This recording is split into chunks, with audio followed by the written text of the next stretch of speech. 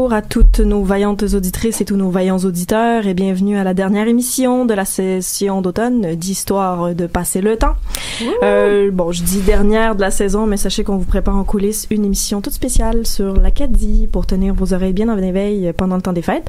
D'ailleurs, hier, le 13 décembre, c'était le jour du souvenir acadien.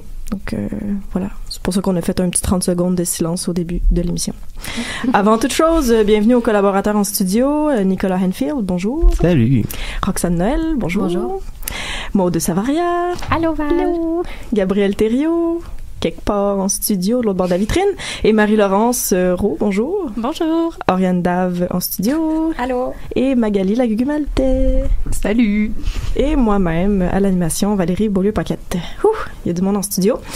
Donc, Roxane Noël, ex-UQAMienne, qui a fait ses études en philosophie et complété son mémoire de maîtrise à l'Université d'Alberta. Elle poursuit son chemin sur la voie inéluctable du succès académique à l'Université de Cambridge.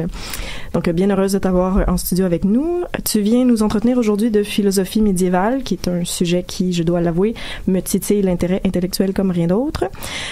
Plus particulièrement, tu vas nous parler du problème des universaux, c'est ça? Oui, c'est ça. Ah, yes! Nicolas Henfield, candidat au doctorat en histoire à l'UQAM, il s'intéresse à la représentation du lansquenet de 1450 à 1610. Lansquenets qui sont des mercenaires, si je ne m'abuse. Tout à fait. Yes. Aujourd'hui, tu viens décortiquer pour nous l'événement bataille et ses significations à travers le cas de la bataille de Cérisole, une des dernières grandes batailles rangées des guerres d'Italie. Oui.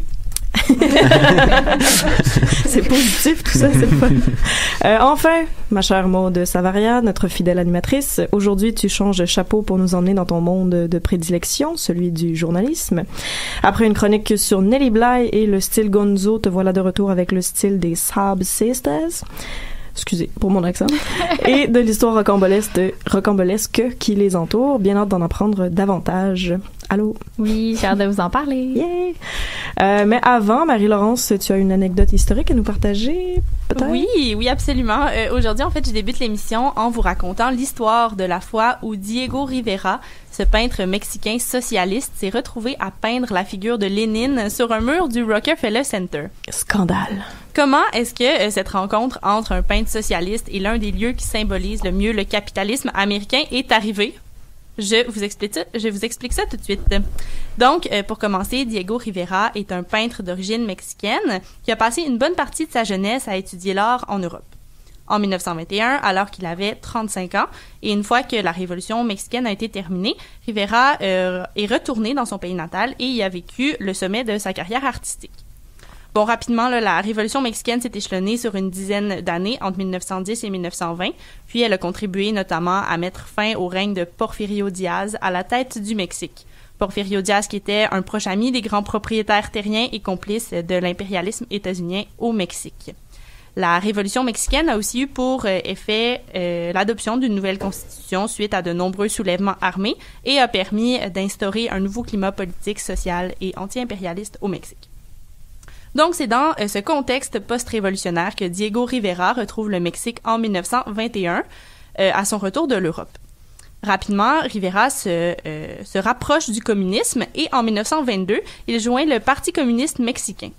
Outre son implication politique, Rivera poursuit sa carrière d'artiste, mais assez rapidement, la peinture et la politique vont se côtoyer dans ses œuvres. Parce qu'effectivement, à partir des années 20, sous commande du gouvernement mexicain post-révolutionnaire, Rivera se met à recevoir de nombreuses demandes pour peindre des fresques dans différents lieux publics du Mexique. De fil en aiguille, Rivera s'inscrit tranquillement dans le mouvement artistique qu'est le muralisme mexicain. Le muralisme mexicain, suite à la Révolution, est encouragé par l'État, justement, et vise à populariser l'art, à le débourgeoiser et également à alimenter le récit, le mythe et l'imaginaire national associé à la période de la Révolution mexicaine. Donc, ces murales-là, qui sont bien souvent des commandes de l'État, font partie de l'espace public, sont accessibles à tous et représentent également les classes prolétaires, paysannes et autochtones du Mexique. Donc, à partir des années 30, la renommée de Diego Rivera se met à dépasser les frontières du Mexique et ses fresques sont de plus en plus convoitées du milieu artistique états-unien. Donc, les collectionneurs d'art en viennent donc à s'intéresser à son travail et on peut ici penser à nul autre que John D. Rockefeller et son fils Nelson Rockefeller qui sont justement très intéressés par l'art de Diego Rivera. Puis ils ont les moyens. Ouais. Est-ce qu'on sait pourquoi ils sont intéressés à cet art-là? En fait, juste de même. Ouais, je pense que c'est vraiment sa réputation a fini par rayonner au-delà des frontières là, du Mexique, puis il s'inscrivait dans des courants artistiques transnationaux, mais comme je suis pas une experte en histoire de l'art, c'était pas parce que je peux pas développer qu'est-ce que c'est. C'était pas parce qu'il était communiste secret. Là. Non, c'est ça. C'était avoué là, on connaissait ses tendances politiques. Donc, en 1930, alors qu'ils sont en demande aux États-Unis, donc Diego Rivera et sa femme Frida Kahlo quittent le Mexique pour s'installer quelques années aux États-Unis. Donc, j'ai pas vraiment parlé là, de Frida Kahlo ici, mais disons que sa carrière à elle aussi là, va bon train à ce moment-là. En 1931, le Musée d'art contemporain de New York présente une rétrospective de l'œuvre du peintre. Puis, en 1933, Rivera réalise une fresque à Détroit pour le Detroit Institute of Arts. Et c'est à ce moment-là que les Rockefeller proposent à Rivera, croyez-le ou non, de décorer un mur du Rockefeller Center, ce que le peintre accepte. Donc, selon l'accord original, la fresque du Rockefeller Center devait représenter des personnages anonymes. Mais là, des travailleurs, là. Mais Rivera, finalement, se met au travail, peint la murale, et à un moment de la réalisation de l'œuvre, les mécènes Rockefeller découvrent la figure de Lénine sur la peinture. C'est excellent. Surprise! Alors, vous pouvez imaginer donc leur réaction. À ce moment-là, les Rockefeller demandent à Rivera de retirer le visage de Lénine, ce que l'artiste refuse. Yeah. Donc, ça sentait un peu la fin pour le projet de Rivera à ce moment-là.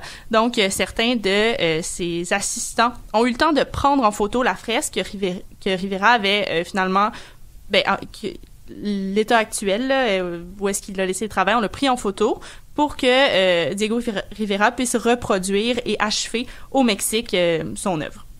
Donc, cette œuvre porte le titre de « L'homme contrôleur de l'univers » et on peut y discerner, outre Lénine, les figures de Marx, Engels et Trotsky.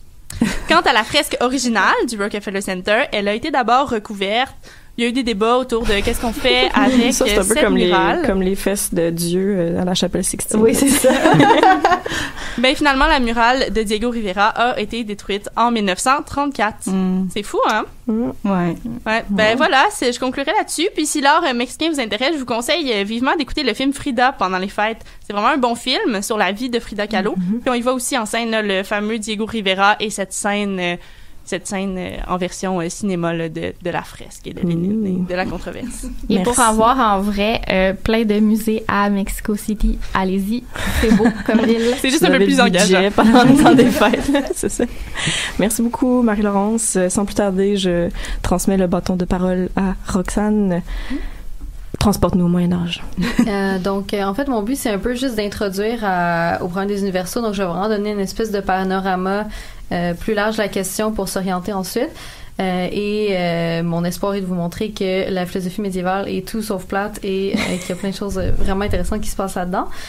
Donc, pour ce faire, je vous ai préparé une petite mise en situation. En fait, je commence avec une petite anecdote qui est que quand j'étais petite, j'aimais vraiment beaucoup les chiens.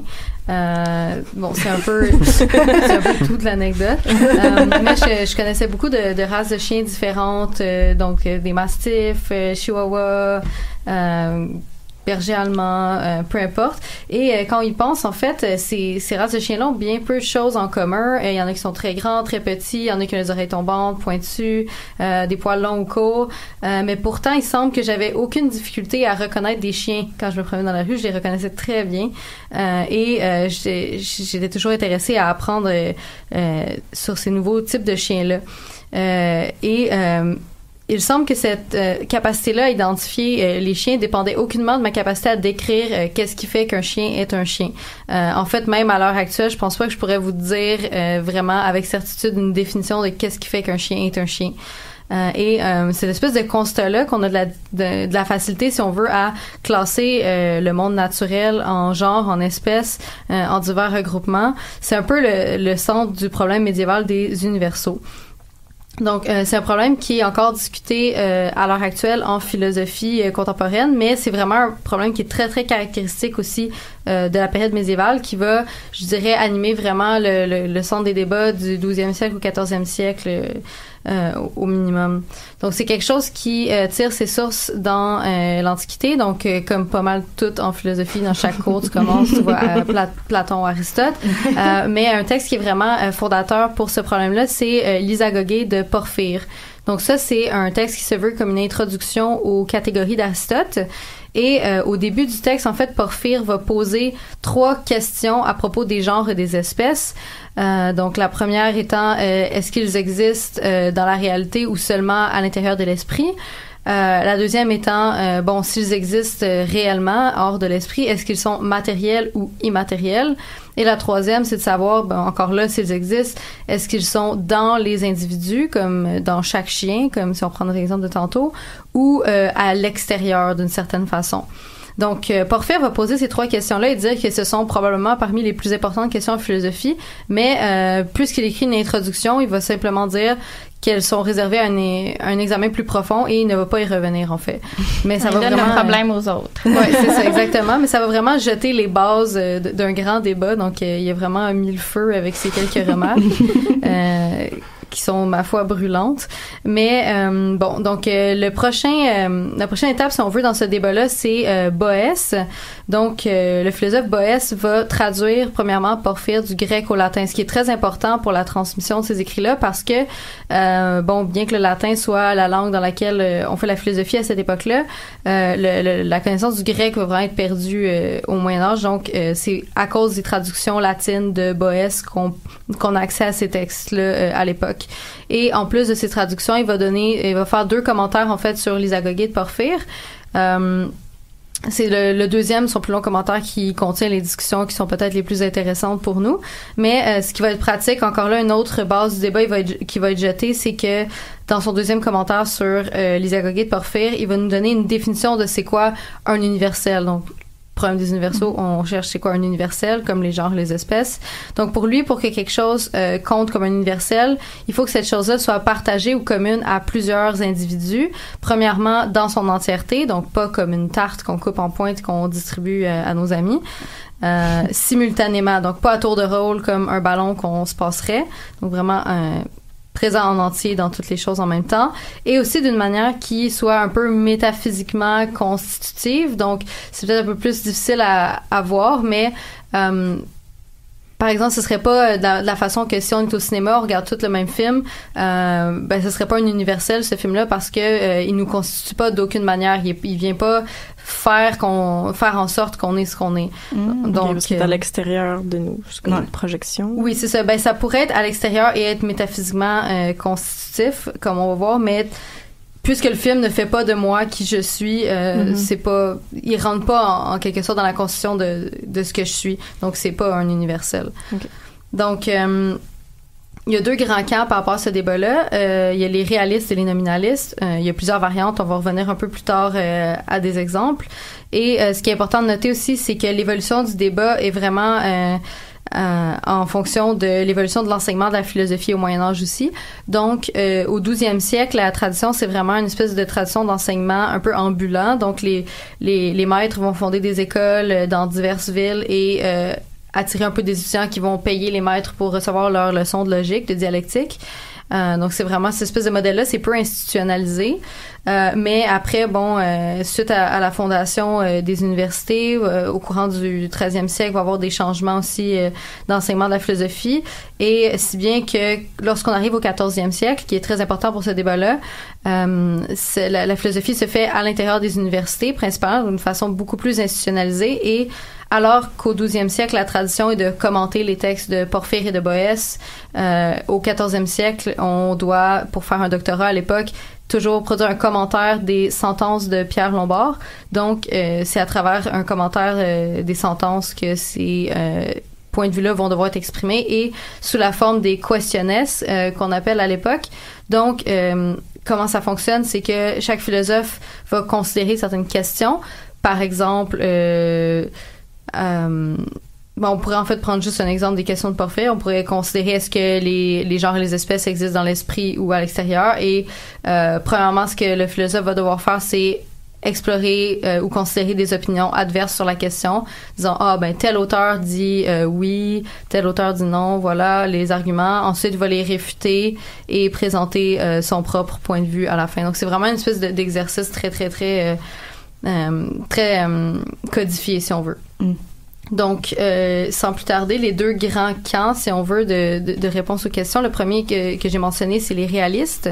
Donc, ce qui unit les réalistes, c'est leur croyance en l'existence d'universaux, donc les entités, comme on avait dit plus tôt, qui sont présentes en entier, simultanément dans tous les individus et qui, d'une certaine manière, les constituent. Donc, les réalistes vont dire ces choses-là existent dans la réalité. Donc, c'est leur première réponse la réponse à la première question de Porphyre, en fait. Donc, ils ne sont pas seulement dans l'esprit, mais bien dans la réalité. Et ensuite, ils vont se distinguer, il va y avoir différents types de réalistes selon les réponses aux deux autres questions. Donc, savoir est-ce que ces universaux-là sont matériels ou pas? Est-ce qu'ils sont dans les choses elles-mêmes ou à l'extérieur? On a plusieurs réponses possibles à ça. Un exemple dans ce sens-là qui est peut-être plus connu, c'est les formes de Platon. Donc, pour revenir à nos chiens, tous les chiens sont des chiens parce qu'ils participent à une forme qui est la forme du chien. Et de cette manière-là, c'est ce qui constitue tous les chiens en tant que chiens. Sinon, il y a Saint-Augustin qui va reprendre la doctrine platonicienne des formes, mais qui va grosso modo identifier les formes aux idées divines. Donc, c'est comme une christianisation de Platon, grand thème au Moyen-Âge en philosophie. Au 12e siècle, on a aussi plusieurs types de réalisme qui vont se développer. On a plusieurs écoles, en fait, réalistes qui vont émerger à cette époque-là. Je vais juste donner rapidement quelques exemples. Donc, premièrement, on a le réalisme de l'essence matérielle. L'idée, c'est que tous les chiens sont tout de même une substance universelle, et ensuite, ils vont être départagés en tant qu'individus par leur forme au sens aristotélicien. Donc, pour Aristote, tous les individus sont un mélange de matière et de forme. Donc, l'idée, c'est que toute la matière est commune, puis il y a juste les formes qui nous rendent un individu. Les positions réalistes sont toujours un peu funky. les réalistes se questionnent pas à savoir pourquoi ça existe dans la réalité. C'est parce que Dieu les a créés. Que c'est comme un principe de base qui est accepté. Oui, ben en fait, c'est ça. Encore là, il y a eu beaucoup de variété dans les positions. Donc, c'est dur de répondre pour tout le monde. Okay. Mais la création a toujours un rôle à jouer là-dedans, bien sûr. Et justement, souvent les arguments vont aller chercher dans la Genèse des arguments. Ils disent que telle chose a été créée comme ça, donc ça veut dire qu'il y a juste cette substance-là. Donc il va y avoir des arguments théologiques des fois qui vont être proposés comme ça, en référence à la Genèse. Mais encore là, ça dépend si c'est quoi leur point de départ. Mais voilà, c'est encore là grande variété de points de vue. Mais effectivement, ce genre de j'ai juste le terme anglais de device dans la tête, mais ce genre de procédé-là, en fait, va être effectivement employé. Donc ça, c'est une façon de le voir. Une autre façon de le voir, c'est un réalisme de la collection. Donc, dire que l'universel chien, en fait, c'est la collection de tous les chiens, juste le groupe, et qu'ensuite peut être divisé en plusieurs chiens. Mais c'est une position qui est un peu difficile à défendre pour plein de raisons. Et sur lesquelles on s'attendra pas. Non, c'est ça, exactement. Mais voilà. Mais juste pour vous donner une idée, si on dit tous les chiens, est-ce que c'est tous les chiens qui existent ou ceux qui sont possibles? Qu'est-ce qu'on fait des chiens passés ou futurs? Tout ça, t'es comme... Ouh, la matrice! C'est un peu déplaisant. Donc voilà. Et sinon, au 14e siècle, vraiment un grand nom du réalisme, c'est Duns Scott. Sa position est vraiment complexe. Encore là, je vais pas aller dans les détails. Fun fact, on le surnommait à l'époque le docteur subtil, docteur subtilis. C'est pas pour rien. Donc, mais l'essentiel ici, en fait, pour nous, c'est que pour lui, il y a des universaux. C'est un peu le même principe que tous les individus partagent la même substance, tout ça. On a besoin d'un principe d'individuation pour départager cette substance-là en individus. Et ça, c'est ce qu'il va appeler l'exéité. En anglais, il appelle ça le thisness. Donc, j'imagine qu'en français, on pourrait dire la cecitude d'une chose. On me confirme que c'est accepté. Voilà. Donc, comme je disais, un peu funky comme position. De l'autre côté, en fait, maintenant pour ce qui est des nominalistes, c'est peut-être plus intuitif pour nous comme type de réponse. Ces gens-là vont toujours croire que en fait, il n'y a pas d'universaux dans la réalité, il y a seulement les individus, donc ce chien particulier. Donc, des types de positions rapidement qu'on a pour ça, il y en a qui vont dire que les universaux, c'est juste des mots, ça peut être les mots qu'on prononce, comme chez Rossin de Compiègne. Ça peut être les mots comme unité de sens ou comme idée. On peut avoir ça chez Abélard, ou le grand champion du nominalisme Guillaume de Cam, qui va dire que les universaux, c'est des concepts, mais pas en tant qu'entité mentale, mais juste l'acte de penser à un universel, c'est ça qui est un universel et c'est tout, parce que ça s'applique à plusieurs. Donc encore là, une bonne variété de points de vue. Et donc, juste pour peut-être conclure, c'est un débat qui est important au Moyen-Âge, mais qu'on a aussi maintenant en philosophie contemporaine. On peut se poser ces questions-là par rapport aux nombres, par exemple. Est-ce que les nombres existent ou pas? De quelle manière? Et tout ça. Wow. Donc, voilà. C'est des questions sur lesquelles cogiter pendant le temps des fêtes. Ben, merci beaucoup, Roxane, pour cette dose de réflexion philosophique. Ça fait plaisir. Là, on va revenir sur Terre un petit peu. Ma chère Marie-Laurence, t'as de la musique pour nous? Oh, je m'excuse.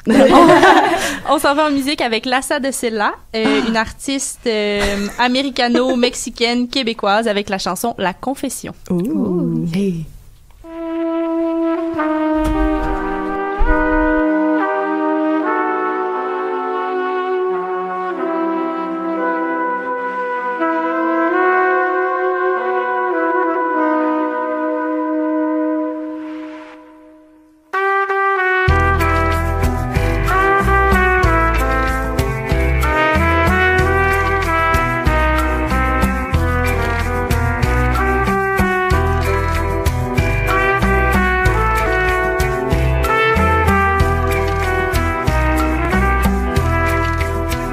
Je n'ai pas peur de dire que je t'ai trahi, par pure paresse, par pure mélancolie. Qu'entre toi et le diable, j'ai choisi le plus confortable. Mais tout cela n'est pas pourquoi je me sens coupable. Mon cher ami, je n'ai pas peur de dire que tu me fais peur. Avec ton espoir et ton grand sens de l'honneur, tu me donnes envie de tout détruire, de t'arracher le beau sourire. Et même ça n'est pas pourquoi je me sens coupable, c'est ça le pire. Je me sens coupable parce que j'ai l'habitude. C'est la seule chose que je peux faire avec une certaine certitude. C'est rassurant de penser que je suis sûre de pas me tromper quand il s'agit de la question de ma grande culpabilité.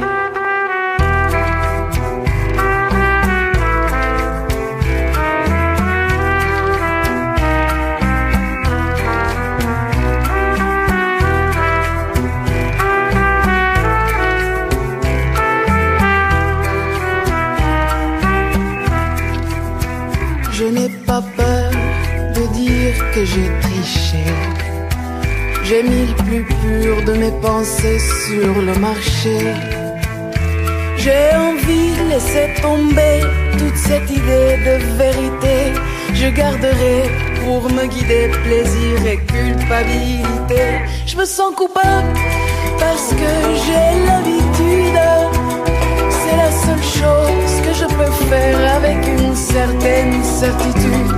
C'est rassurant de penser que je suis sûre de pas me tromper quand il s'agit de la question de ma grande culpabilité.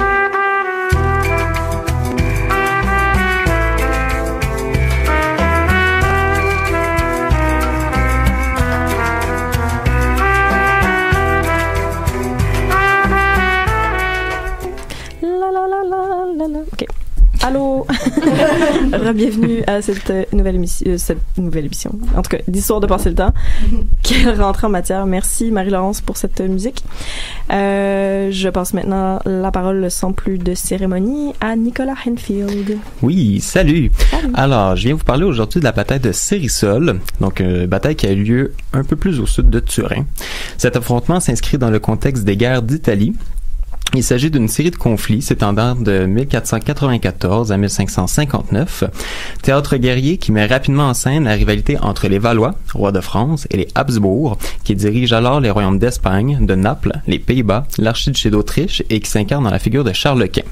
Ce dernier se fait également élire empereur du Saint-Empire romain germanique, donc un gros bloc en plein milieu de l'Europe, ce qui fait en sorte que la France se retrouve rapidement encerclée par son pays rival. Les monarques français vont alors tenter de mobiliser toutes les ressources du royaume afin de briser cet étau, ce qui résulte principalement en une série de guerres, donc les guerres d'Italie, qui tournent principalement autour du Piémont dans les années 1530. Au courant de l'hiver 1544, l'armée française, commandée par le comte d'Enghien, commence le siège de Carignan. Les impériaux y dépêchent une armée de secours conduite par le marquis d'El Vasto. Enghien, sous la permission du roi, décide d'aller à la rencontre de cette armée. Le 11 avril 1544, la journée de Pâques, Enghien choisit son champ de bataille, une petite plaine proche du village de Cérisole, où les deux armées se font face. Le premier acte commence par une série d'escarmouches opérées par les Enfants perdus, un petit groupe d'hommes à l'avant de l'armée qui agit comme tirailleurs. Côté français, Blaise de Montluc est aux premières loges. En tant que capitaine de l'arquebuserie des vieilles bandes, à peu près 800 hommes, il mène l'escarmouche contre les arquebusiers italiens et espagnols. L'action s'étend principalement près du Ricciardo, un petit fleuve délimitant le côté sud du champ de bataille. Le cœur de l'affrontement se porte toutefois assez vite autour de la Cassina, donc un petit manoir aux enjeux tactiques pour les deux camps. À suivre Montluc, ces hommes tentent de couvrir le bord de l'eau et les édifices de la maison par des manœuvres rapides en se divisant et en se rassemblant suivant l'adversité. L'arquebuse fait désormais pleinement partie de la pratique du combat. C'est dans ce duel de tir approximatif que des cavaliers légers des deux camps interviennent afin de prêter assistance à leurs enfants perdus. Qu'est-ce que ça veut dire approximatif? J'y arrive dans quelques instants. Okay. En gros, c'est que l'arquebuse est absolument pas précise. Donc, le tir est effectif à une vingtaine de mètres environ. Il y a énormément de fumée qui est créée par un tir. On estime à peu près 1 mètre cube pour un seul tir. Donc, on voit après 30 secondes, on voit absolument plus rien lorsque les 2000 hommes ont déchargé leurs armes. Cela s'est fait, comme je l'ai mentionné, donc sur 3 à 4 heures. Donc, on voit absolument plus rien sur le champ de bataille. Et étant très imprécis, on fait juste tirer dans le tas en espérant toucher quelque chose. Et c'est pas des enfants non plus. Non, ce n'est pas des enfants. Donc, ce sont des hommes entre 16 et 60 ans. Donc voilà, les uns reculent et avancent au gré de l'évolution des rapports de force sur le terrain. La Cassina change ainsi plusieurs fois de main et Montluc, jusqu'à ce que Montluc soit contraint de décrocher de sa mission devant la pression exercée par les Italiens et les Espagnols. La longueur de l'escarmouche a marqué les témoins. Elle a occupé toute l'après-midi sur près de 3 à 4 heures. Du Bellay dit qu'il eut beaucoup de plaisir à voir les ruses et stratagèmes des gens de guerre, qui se faisaient tant de part que d'autres, à l'homme qui eût été en lieu de sûreté et qui n'eut autre chose à faire, évidemment. Montluc retient de son côté l'échange de tirs après l'abandon de la Cassina. Je cours là où j'étais et commençâmes une furieuse escarmouche, grande et forte, ce qui dura une grande heure. La durée de l'échange s'explique notamment par les conditions météorologiques. Aucun chroniqueur ne fait mention de la pluie, comme pour les jours précédents. L'eau aurait rendu presque inefficace l'arquebuse. Puis, la durée s'explique surtout par le moral des hommes engagés. Comme je viens de le mentionner, il y a eu peu de pertes, donc le moral des hommes est peu atteint. Et les arquebusiers étant engagés dans l'action visent alors en direction des tireurs adverses, un peu n'importe où, parce qu'ils voient rien à cause de la fumée créée, ce qui fait en sorte que c'est un peu un gros show. Un gros show de boucan au milieu du 16e siècle. C'est un beau film pour celui qui est à l'arrière. Oui, donc voilà, du Bellay qui se retrouve à l'arrière de l'armée voit ce spectacle pendant 3 à 4 heures assis sur le dos de son cheval. Une espèce de flâneur. Voilà. Alors, les impériaux gagnent du terrain, les troupes d'enfants perdus retraitent par peur d'un tir trop dense à courte portée, qui peut être fatal, se reforment un peu plus loin, reviennent en forme. Cela explique les allers-retours également décrits par Montluc autour de la Cassina et les ruses et stratagèmes que du Bellay mentionne. Le moment bataille s'est donc progressivement dessiné aux hommes présents au fur et à mesure des signes d'engagement. Le défi visuel d'une armée adverse en face a laissé place à une longue escarmouche, puis à des tirs d'artillerie mettant à rude épreuve les nerfs de tous.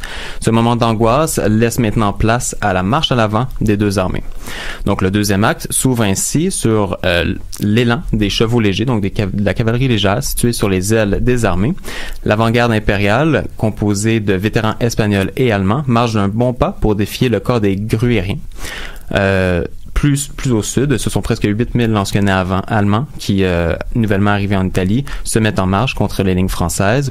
Aucun ordre n'est donné pour les soldats du roi de France d'avancer. Ils restent immobiles et attendent leurs adversaires. C'est alors que nous nous enferrâmes. C'est par ces mots que Blaise de Montluc évoque le début du combat. C'est là que ça commence à être gore. Il se trouve alors au premier rang des combattants français qui viennent rencontrer les impériaux. Contrairement à l'idée reçue, l'affrontement ne donne pas lieu à un choc aveugle des deux forces armées lancées l'une contre l'autre. Il n'y a pas de mêlée générale non plus à proprement dit. Chaque combattant a trop besoin de ses frères d'armes pour garder ses flancs et son dos. L'enferrement des piquets est donc beaucoup plus méthodique. À distance de charge, les combattants marchent à une vitesse compatible à l'ordre nécessaire à leur formation et à l'escrime de leurs armes, donc la pique. Au moment de s'aborder, l'élan de la formation s'amortit de lui-même parce que l'homme du premier rang s'assure de la bonne position de ses soutiens, de ses voisins ainsi que des camarades des seconds rangs. Il essaie ensuite de porter les meilleurs coups possibles tout en gardant la formation et en évitant les coups de l'ennemi. Chaque troupe est figurée par une forêt de piques que les hommes des premiers rangs, lourdement armés, protégés de la tête aux genoux, engagent donc le combat. Coups, tirs et cris des combattants sont perceptibles. L'enferrement de Montluc prend ici tout son sens. Les piquiers du milieu du 16e siècle ne combattent que sur 3 ou 4 rangs. Chaque homme tient sa pique fermement pour frapper son opposant. Les autres rangs tentent de les pousser ou de combler les trous laissés par ceux qui sont tombés. Il faut aller de plus en plus vers l'avant pour déstabiliser la formation adverse. Cette pratique n'a toutefois rien de décisif. Elle peut durer très longtemps. C'est pourquoi elle s'accompagne d'un soutien mené par les enfants perdus, dont la mission est de tirer avec l'arquebuse dans les rangs ennemis à bout portant, ou de passer sous ou à travers les piques pour attaquer au plus près les piquets adverses, alors inopérants en combat trop rapprochés. Un tel affrontement contribue à réduire davantage la perception du moment pour les soldats. Il y a une saturation des perceptions causée par le manque de visibilité et le bruit assourdissant des chocs de tôle contre tôle. Les odeurs de fumée, d'armes, ainsi que les effluves corporels, vives et multiples, mettent les hommes à rude épreuve. Montluc se dit entouré des détonations d'arquebuses à brûle-pourpoint, du vent des balles et des chocs des armes sur les cuirasses et sur les hommes, bruit auquel il faut ajouter les cris de guerre, de rage ou de terreur, ainsi que les instruments de musique. Bien sûr, ces agressions sensorielles sont différemment vécues. La plupart des rangs éloignés des premières lignes perçoivent le vacarme devant eux. Les sons sont confirmés par les mouvements de foule et les corps qu'il faut enjamber. Au contraire, les hommes des premiers rangs sont bien les seuls concernés par le bouleversement de leur espace personnel. D'un côté du champ de bataille, le bataillon de Lansquenet subit d'énormes pertes, pris en tenaille par les troupes régulières françaises et les enfants perdus. Le problème est que dans les rangs hétéroclites de l'aile gauche française, le succès de l'avance impériale sont perceptibles de tous. L'artillerie trop avancée est prise, les servants fuient accompagnés de leurs pionniers et de leurs chevaux. La conséquence est immédiate, les Français en gardent un profond mépris pour les gens de Gruyère, qui ont rapidement cédé face à l'ennemi. Montluc déclare qu'il ne vit, et je cite, « jamais plus de grandes grues que ces gens-là, indignes de porter les armes, s'ils ne sont rendus plus courageux. » Ici, un bout quand même intéressant. Ils sont voisins des Suisses, donc réputés d'excellents combattants, mais il n'y a non plus de comparaison que d'un âne à un cheval d'Espagne. Donc, ils valent rien. Il dit, il faut en avoir du bon cru. Donc, malgré le repli des gens de Gruyère, l'avancée des impériaux ne parvient pas à changer le cours de la bataille. Ils sont à leur tour confrontés à la gendarmerie du roi et aux troupes françaises qui viennent de défaire les Lansquenets et qui sont revenus sur leurs pas pour assurer la victoire. Le combat qu'on vient de brosser a duré moins d'1 heure, mais à l'échelle des hommes de guerre, ce court moment est un temps à part dans la guerre qu'ils font depuis des semaines, des années pour les plus anciens. La violence subie est sans aucun rapport avec celle exercée au quotidien. Elle marque bien plus encore la fin de la journée tant sur le plan physique que moral. Montluc utilise l'expression de grande tuerie. La poursuite de la bataille semble se résumer à la destruction de la lourde formation de Lansquenet avec laquelle son unité a engagé le combat auprès des Suisses. Ce témoignage nous offre un regard précis sur la fin des combats permettant d'en appréhender la violence. Elle s'inscrit dans la poursuite des troupes en fuite. Selon ses souvenirs, il n'y avait coup qui ne porta. Donc du plateau jusqu'à la petite place de Cérisol, la violence n'a rien d'exceptionnel. Elle est propre au combat des gens de pied et aux poursuites des troupes ennemies. Le moment n'est pas à la reddition, mais à confirmer le succès. Il ne peut non plus être question de rançon face à des adversaires qui ne seront de toute façon pas rachetés. Cette violence est d'autant moins surprenante qu'elle est perpétrée contre des concurrents sur le marché du mercenariat, entre mercenaires suisses et mercenaires allemands, les Lansquenets. Leur opposition trouve ici l'expression de l'élimination d'adversaires directs sur le marché, d'ennemis perçus comme économiques, culturels et ancestraux. Montluc a écrit Aussi étais-je si las de frapper et de courir, et encore de crier que je n'en pouvais plus. Donc les hommes n'ont plus la force de se battre. Plus que la fatigue physique, c'est surtout son état psychologique. Il s'agit de la première sensation vécue par le combattant avec la chute du stress et de l'adrénaline de la bataille. Elle est associée à l'indécision et au soulagement d'être toujours en vie. Ainsi, il y a d'abord une suppression des sensations, puis il y a celui de la prise de conscience. Les écrits postérieurs de Montluc le confirment. Il se souvient encore, près de 3 décennies après les faits, du malaise qu'il a ressenti. Cette phase de retombée psychologique est concomitante de la prise de conscience de la proximité de la mort et de la souffrance qui l'entoure. Les adversaires ne sont pas vus comme des êtres abjects à exterminer. Ils restent des hommes et des soldats partageant les mêmes conditions et connaissant les lois tacites de la guerre. Il s'en dégage une conscience d'un sort commun entre ces hommes. L'expérience combattante est encore plus visible sur les corps. Au soir de la bataille, nombreux sont ceux qui portent des blessures sur leurs membres ou leur visage. Au-delà de leur propre personne, les combattants valides redécouvrent le théâtre de la bataille. C'est ici que toutes les sources évoquant le combat s'arrêtent sur le nombre de pertes et sur l'état du champ de bataille. Ce topos du récit du combat s'explique directement par l'expérience vécue des hommes de guerre dans la journée. La bataille de Cérisole constitue ainsi le sommet de la guerre pour les hommes engagés et plus généralement le paroxysme des combats au Piémont durant la conquête de 1536. Les hommes d'Enghien en sont conscients. Ils peuvent dorénavant penser au repos et échanger sur la journée traversée. De nouvelles épreuves plus quotidiennes les attendent.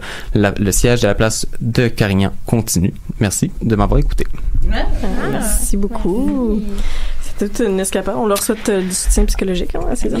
Oui, à vrai dire, après la bataille de Cérisole, après le siège de Carignan, ils vont être détachés de l'armée du Piémont pour être envoyés en Picardie où Charles Quint et Henri VIII, ce fameux tombeur des dames, ont mené une campagne. Donc, leur carrière n'arrête pas. Wow. Ça n'arrête jamais. Mais c'est bien ce que tu disais à la fin, là, que dans le fond, c'est des mercenaires contre des mercenaires. Ils ont la même situation. Puis c'est Nadine qui disait ça il y a quelques semaines aussi de la Première Guerre mondiale, que c'était des soldats alliés contre des soldats allemands. Donc, on voit la continuité de l'histoire.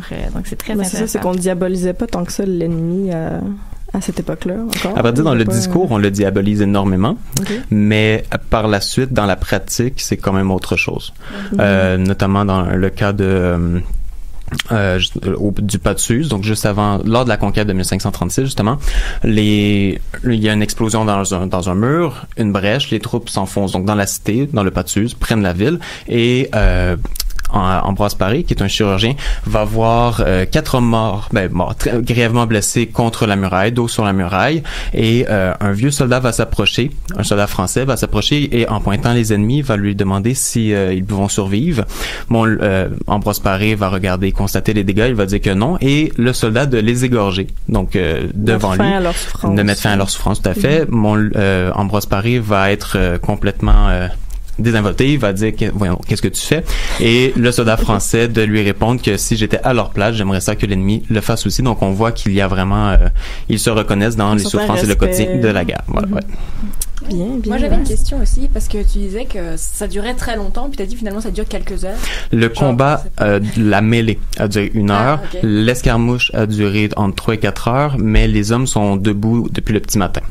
Donc ça fait à peu près en tout cas ça fait presque 17 heures que les hommes sont debout, s'habillés, sont énormément fatigués. Voilà. Parfait. Bon on va devoir conclure ce petit segment. Marie-Laurence, tu nous envoies en musique? Oui, variation sur un même thème aujourd'hui. On continue avec Lassa de Sella et la chanson Los Peces.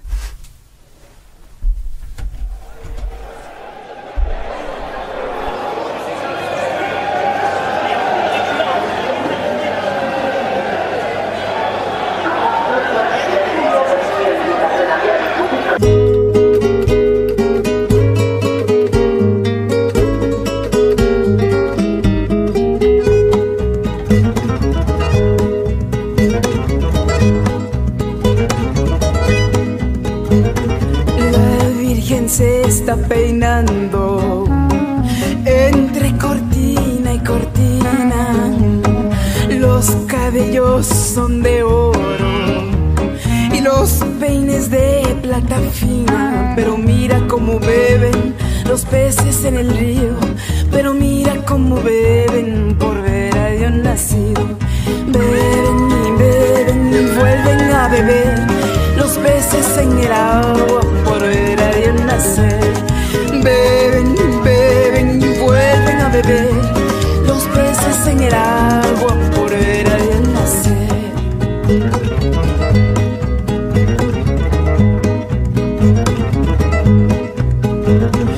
La Virgen va caminando y va caminando solita y no lleva pa' compañía que el niño de su manita. Pero mira cómo beben los peces en el río, pero mira cómo beben por ver a Dios nacido. Beben y vuelven a beber los peces en el agua por ver a Dios nacer. Beben y vuelven a beber los peces en el agua por ver a Dios nacer.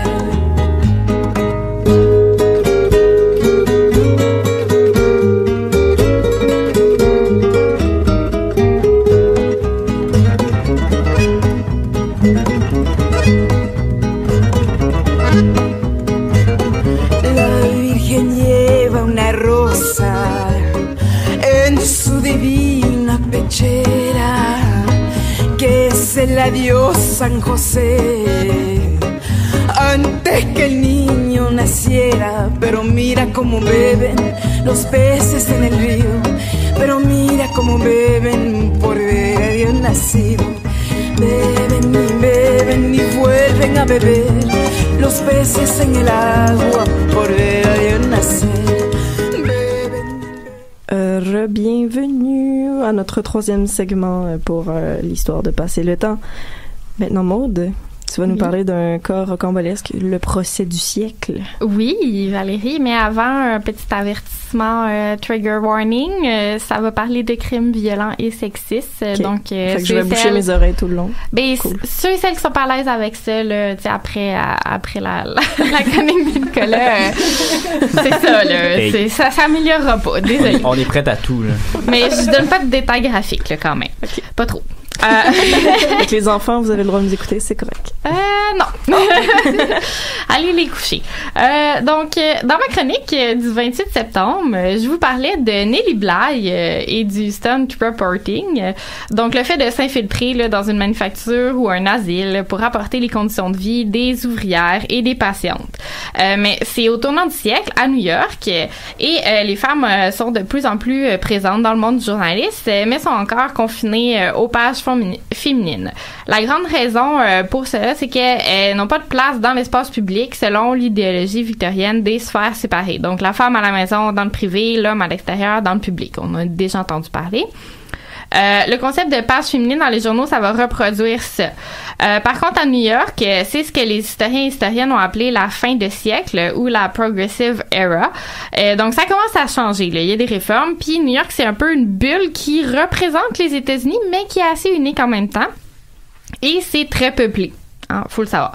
Les journaux répondent à cela avec un style journalistique qui s'appelle le Yellow Journalism ou l'âge d'or du journalisme. Donc, c'est un contenu démocratisé, populaire, urbain, industriel aussi au niveau technologique, donc beaucoup de copies. Et le journalisme jaune, c'est les gros titres, les images, beaucoup d'images, les fake news et une tendance à défendre le petit peuple, ce qu'on appellerait aujourd'hui la majorité silencieuse. Celle qu'on cherche toujours. Oui, et il y a encore des journaux comme ça aujourd'hui, on les nommera pas. Donc, de retour en 1907, c'est le procès du siècle, comme tu as dit, Valérie. Bon, moi, je trouve que c'est un peu tôt pour le nommer le procès du siècle, en 1907. Ouais, c'est ça. Puis, ça donne plus de chance pour le reste. C'est ça, puis ça s'est clairement fait surpasser par celui de Charles Manson ou de O.J. Simpson. Mais bon, je m'égare un peu. Le crime est commis le 25 juin 1906 à New York. C'est une belle soirée d'été.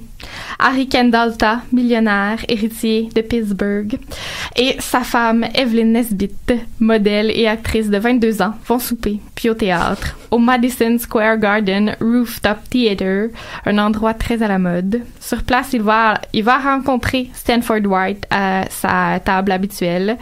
Et Stanford White, c'est l'architecte des lieux du Madison Square. Et c'est un man about town notoire. Qu'est-ce qu'un man about town? C'est ça. C'est un homme à femme, voilà. Womanizer. Et il va lui tirer 3 balles dans le corps, comme ça. Pow, comme ça. Et il va se rendre à la police tout de suite. Donc, on se dit...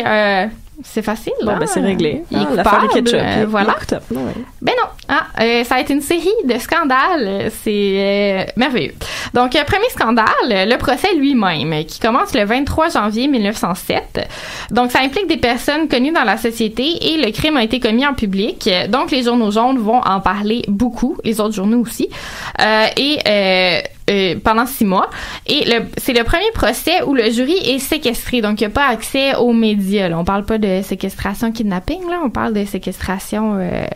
huis clos, genre. Huis clos. Personne oui. sort, Merci. personne rentre. Donc, les médias sont vraiment importants. On va même installer un poste de télégraphe dans le hall du bâtiment principal du procès. Il va y avoir Hearst, qui est un magnat de la presse de l'époque, qui va avoir une autre occasion de mousser le sensationnalisme. Il va engager 4 femmes dans 3 différents journaux pour assister au procès et écrire des articles pour un lectorat plus féminin. Le scandale, c'est que les femmes sont pas admises dans les salles de cours à cette époque-là. Hein? Ben non, ça serait une distraction pour les hommes sérieux d'avoir des femmes dans la salle et beaucoup trop dangereux pour leurs petites oreilles chastes d'entendre les détails des procès criminels. Donc, ce sont 4 journalistes d'expérience qui obtiennent le mandat d'assister au procès et ils vont le faire en première rangée. Donc, on les voit là, dans les photos et les dessins qui sont publiés ensuite. C'est Winifred Black, connue sous le nom de Annie Laurie, qui est une stunt reporter comme Nellie Bly. Elizabeth Meriwether Gilmer, qui fait la colonne de conseil Dorothy Dix Talks pendant 55 ans, comme Colette, ma journaliste préférée. Et il y a Nicola Greeley-Smith qui était connue pour ses entrevues avec des femmes célèbres et Ada Patterson qui va couvrir d'autres procès sordides ensuite, donc ça va devenir sa spécialité. Dès les premiers articles, il y a un autre journaliste, Irene Cobb, qui va les nommer les Sub-Sisters, donc pour qualifier leur style d'écriture assez sentimental qui veut provoquer des émotions chez les lecteurs et lectrices, dont les larmes. En fait, en plus d'être sexiste comme appellation, il est jaloux parce que les 4 femmes sont au premier rang et lui, il est pris sur le banc royal, donc au fin fond de la salle avec les autres. Cet événement-là a été analysé de plusieurs manières par les commentateurs et commentatrices de l'époque, mais aussi par les historiens et les féministes plus tard.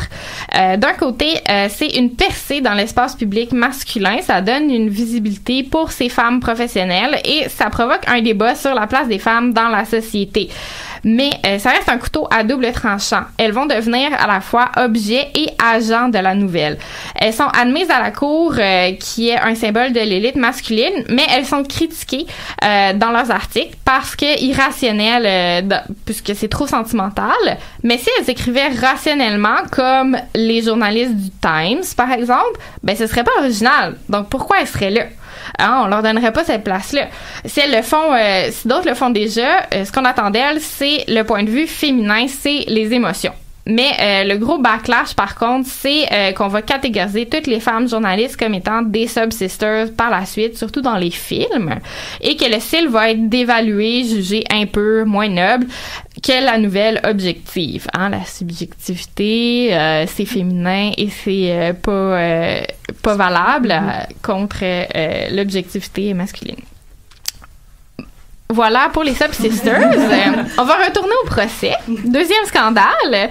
Donc, je vous replace la scène parce que, oui, ça devient un spectacle.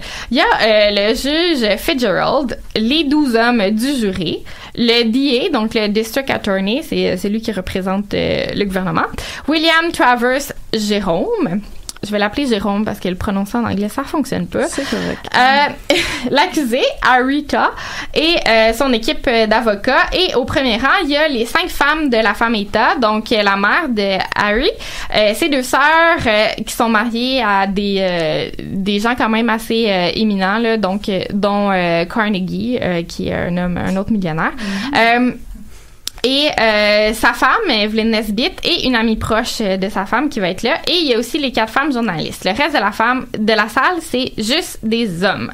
Donc, donc le procès vise à déterminer si le crime était prémédité ou non. Et toute la preuve de la défense se base sur le témoignage de Evelyn Nesbitt, la femme de Tah. Elle raconte son histoire et bien qu'elle soit mariée en 1905 seulement à Tah, il l'a proposé en mariage en 1903 la première fois sur un bateau qui les amenait en Europe pour un voyage avec la mère d'Evelyn.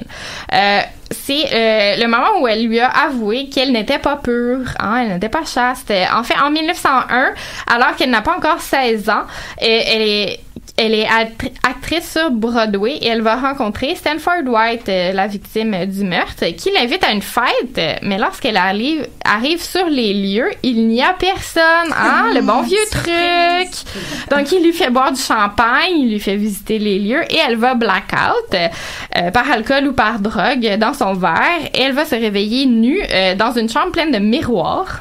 Weird. Ouais, c'est ça, avec White à ses côtés, donc on peut comprendre ce qui s'est passé. Un certain réalisateur d'Hollywood avait la même méthode, paraît-il. Donc, la réaction des Sob Sisters est intense, comme il se doit. Ils vont avoir beaucoup de sympathie pour Evelyn, pauvre jeune femme de 22 ans qui a l'air d'une enfant, obligée de raconter son viol devant tous ces hommes. Elles vont s'identifier à elle dans une solidarité de genre qui les implique encore plus dans le procès. Mais elles vont aussi diaboliser White, crapule qui a détruit la réputation d'une jeune fille, mais qui l'a aussi fait chanter.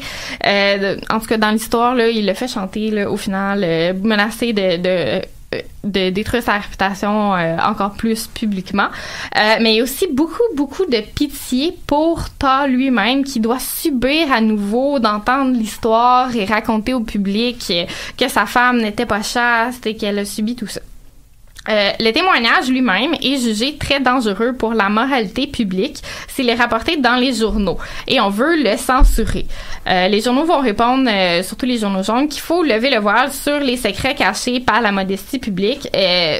Bon, dans les faits, là, c'est lever le voile sur l'exploitation systémique des femmes blanches pauvres par des hommes blancs riches, mais bon, c'est pas comme dans ces termes-là qu'ils vont l'exprimer.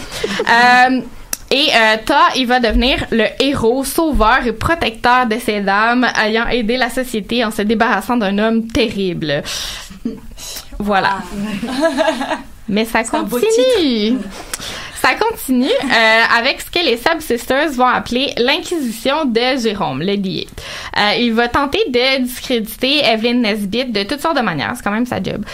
Donc, il va proposer que son opération pour une appendicite, en fait, c'était un avortement. Mais il n'y a pas de preuve de ça. Il va lui demander si elle a déjà posé nue. Elle va dire non. Il va insinuer qu'elle ne croit pas en Dieu, que vu qu'elle ne croit pas en Dieu, parce qu'elle n'a pas eu d'éducation religieuse, elle ne connaît pas le bien et le mal. Donc, elle savait pas que son viol c'était mal. Il va lui faire dire qu'elle continuait de voir White, ce qui est vrai, et qu'elle voyait d'autres hommes. Ça, c'est pas prouvé.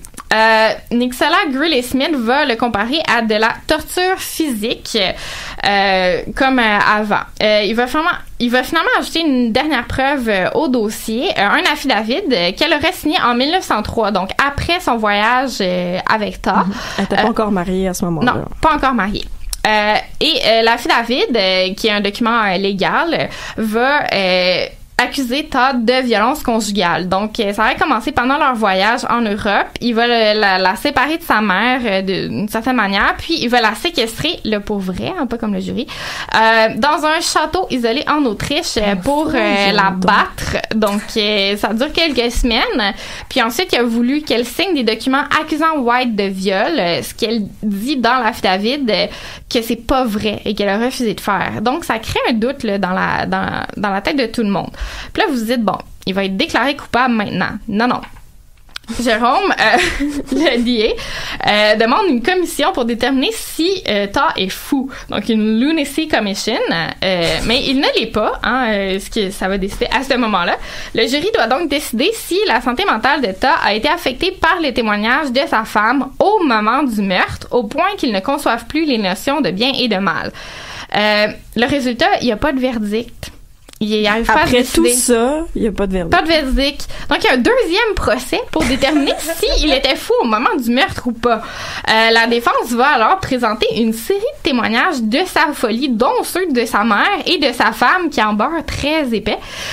Et ça va marcher. Le 31 janvier 1908, il est déclaré non coupable pour raison de folie et il est envoyé à l'Asylum for the Criminally Insane de Mattawan. Donc, proche de New York. Au final, le procès, c'est une représentation de plein de problématiques de société. La place des femmes dans la hiérarchie masculine, la profession des femmes journalistes qui s'installe, les violences conjugales sexistes, la folie. Et pour les réformistes, c'est beaucoup de publicité gratuite sur ces enjeux-là. Désolée. Donc, ça va enclencher certains changements, notamment les femmes vont pouvoir devenir jurées en 1946. Pour comparer, au Québec, c'est 1971. Donc, on est dur de comprendre. Ouais, ça a été un petit peu plus vite, mais ça a quand même pris pas mal de temps. Donc, il nous reste un petit peu de temps. Voulez-vous savoir qu'est-ce qui s'est passé ensuite? Ben, c'est ça, j'allais demander. Il reste-tu à l'asile, puis l'affaire... Ben non! Lui, il essaie de prouver que, ben oui, il y a eu un moment de folie, mais maintenant, il est sain. Ça va se rendre en Cour suprême, et en 1909, ils vont dire, non, t'es encore fou. En 1910, Evelyn va avoir un enfant de lui, parce que oui, il y a des visites conjugales, il est riche, fait qu'il peut s'en permettre. Donc, il y a un enfant là, de tout ça. En 1912, Evelyn va témoigner contre lui à un autre Lunacy Commission. Elle va témoigner contre lui parce qu'il lui a dit qu'il allait la tuer si ça s'était fait. Vraiment, on est dans la violence conjugale. Le 17 août 1913, il va s'échapper de l'asile et il va être arrêté, tenez-vous bien, à Sherbrooke. Oui. Quand est-ce que Sherbrooke est une destination après la le train allait là, tu sais. Fait que Sherbrooke, il a accueilli en héros. Qu'est-ce que les journaux ont fait pour que ça arrive? Téléphone arabe, des fois, il y a des petits bouts qui se perdent. Il va être ramené le 10 septembre dans une prison fédérale, puis à New York pour un autre procès en décembre 1914. Le 16 juillet 1915, il est déclaré sain et est libéré de toute accusation. Et on pense que... c'est pas beau! Et on pense que c'est un héros, il en profite pour divorcer d'Evelyn, mais il va être encore arrêté dans les années suivantes, donc encore en 1917 pour un kidnapping et voie de fait sur un jeune homme. Puis, il va être encore libéré et jugé sain. Et on va l'envoyer à l'asile encore. Il va être encore libéré et jugé sain en janvier 1904. Il va commettre d'autres crimes ensuite, mais là, il va être accusé au civil puis il va devoir payer. Puis, dans les années 30, là, il va se calmer puis il va mourir en 1947. Evelyn, elle, devient une actrice semi-célèbre, mais très malheureuse. Elle va faire des tentatives de suicide, dépendante aux drogues. Elle va écrire un livre sur sa vie et elle va participer à l'écriture du film sur sa vie aussi, qui s'appelle The Girl in a Red Velvet Swing en 55. Et c'est là qu'elle va révéler qu'elle a toujours aimé White. Ta-na-na-na. Voilà, j'ai fini. J'en peux plus de cette histoire. Je t'étourdis.